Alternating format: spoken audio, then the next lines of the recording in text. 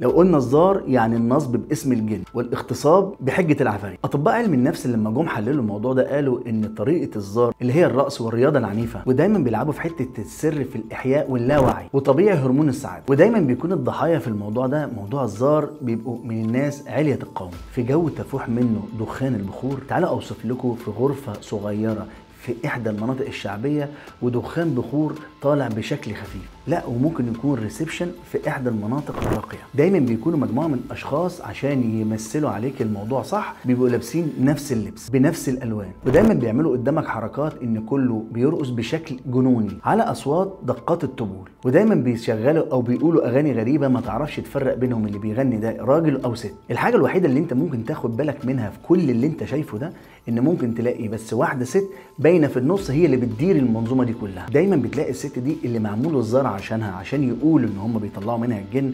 بتلاقي الناس اللي هم كلهم لابسين لبس شبه بعض وبيعملوا نفس الحركات وبيقولوا نفس الكلام مع بعض، بيبقوا لافين حواليها عشان يطلعوا منها العفريت زي ما بيقولوا، على اساس ان هي دي الطريقه اللي هتخرج منها العفريت. يعتمد الزار ان هو بيستخدم بعض الالات البسيطه، وفي اهم واحده في الزار اسمها الكوديه. دي دورها اللي هي تضرب على الدف، وهي اللي بتدير الحلقه هي وبعض الناس اللي معاها، ودايما بترتفع اصواتهم باغاني وترتيل عشان تاثر على الشخص اللي معمول عشانه الزار بالصوت العالي فتخليه يخش في اللاوعي. ودايما بنشوفهم بيعملوا حركات غريبه جدا، بيميلوا يمين ويسار عشان خاطر يوهموا اللي جوه الزار، ودايما بنشوفها متصاعده لحد ما توصل بشكل هستيري وبيعملوا حركات جنونيه. في الوقت ده بقى صاحبه الحفل اللي معمول على شرفها لحفله الزار بتفقد الوعي، اولا عشان هي مش متعوده على ده فبيحصل لها عمليه اغماء شديد، وفي الوقت ده بيقدروا يتحكموا فيها ويفرضوا عليها اي حاجه عشان هي بعقلها وكل اللي جواها بقت مسلمه نفسها ليهم. اللي انا شرحته وقلته ده هو ده الزار اللي احنا بنشوفه دايما في الافلام، هو يعتبر صوره طبق الاصل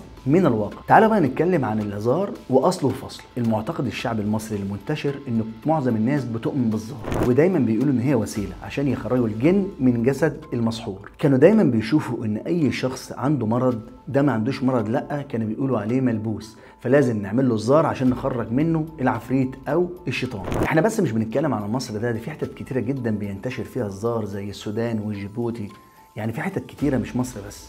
والباحثين لما راح دوروا على كلمة الزار ان لقوا ان اصل كلمة الزار كلمة عربية، وهي من زائر النحس، والطقوس دي من الطقوس الشعبية. بيعتقدوا ان الحركات دي او الزار ده بيعمل على طرد العفاريت اللي ساعات بتسكن الناس او بتتقمص الشخصية بتاعتهم. عشان كده هم بيفكروا او بيقولوا للناس ان الزار ده بيتعمل ليه عشان خاطر يعالج الناس اللي ملموسين او ملبوسين. ودايما الحاجات الشائعة اللي منتشرة في طرد العفاريت عن طريق الزار كانت بدايتها من الحبشة للعالم الاسلامي كله، وبيقولوا ان الزار ده دخل مصر في القرن ال19، وكمان بيقولوا ان الطقوس دي لما بتتعمل في الزار عشان زي ما قلنا بتطرد العفاريت. ولازم تكون موجود في الزار اهم شخصيه قلنا عليها هي شخصيه الكوديه اللي بتضرب بالدف، وبيستخدموا الزار والدف ده كل واحده ليها تصور او ليها اسلوب بتستخدمها عشان توهم اللي قدامها المريض ان الطريقه دي بتختلف من عفريت لتاني، وهي في الاول وفي الاخر كله كده. وهي ساعتها بتدعي ان هي بتقدر تفرق بين عفريت مصر وعفريت الصعيد وعفريت السودان، وكمان تقول لك التفرقه بين عقائد العفاريت. هنتكلم دلوقتي بقى عن الطب النفسي بيقول ايه عن الزار. الطب النفسي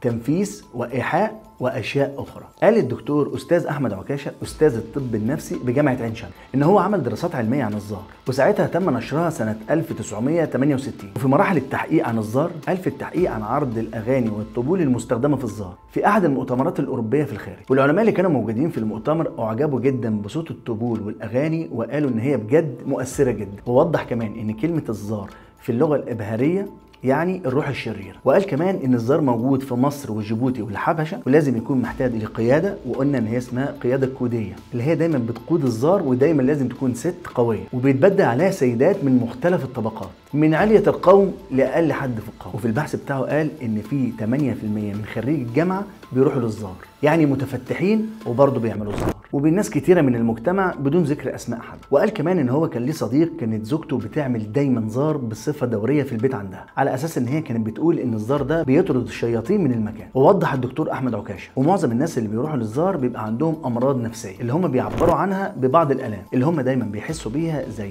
وجع في المفاصل او وجع في الجسم. تعالوا بقى نتكلم ازاي بيبدا الزار. بيبدا الزار بحركه الراس مع تفقير مع الطبول والرقص. دايما بيبتدي واحده واحده لحد ما يوصل لمرحله قويه جدا وبيتهزوا جامد قوي عشان يوصلوا المخ للاوعي. بيقول الدكتور ان الوقت ده بيبقى الشخص اللي معمول فيه الزار بيتقبل اي كلام بيتقاله من اي حد، وساعتها الكوديه اللي هي بتدير المنظومه بتاعه الزار بتقنع المصاب ان هي كده خرجت الجن منه. وفي اللحظه اللي الست بتقع فيها من كتر الرقص والهز ده وبتقع على الارض، ساعتها الكوديه بتصدر اوامر وبتتنفذ في ساعتها. وقال كمان الدكتور احمد عكاشه ان الست ساعتها بتبقى متقبله اي امر بيجي لها من الست الكوديه عشان هي اللي بتدير المنظومه. وفي الوقت ده الحاله بتبقى ضعيفه جدا وبتستقبل اي حاجه، فبتقدر تغير لها مفاهيمها او تقنعها باي كلام بتقوله. والمراه بتكون على استعداد كامل لتقبل اي اراء وتنفذها في الحال، وممكن تخليها تعمل اي حاجه عكس معتقداتها. مثلا لو هي مسلمه تقول لها البسي الصليب، او لو هي مسيحيه تقول لها اقرا القران.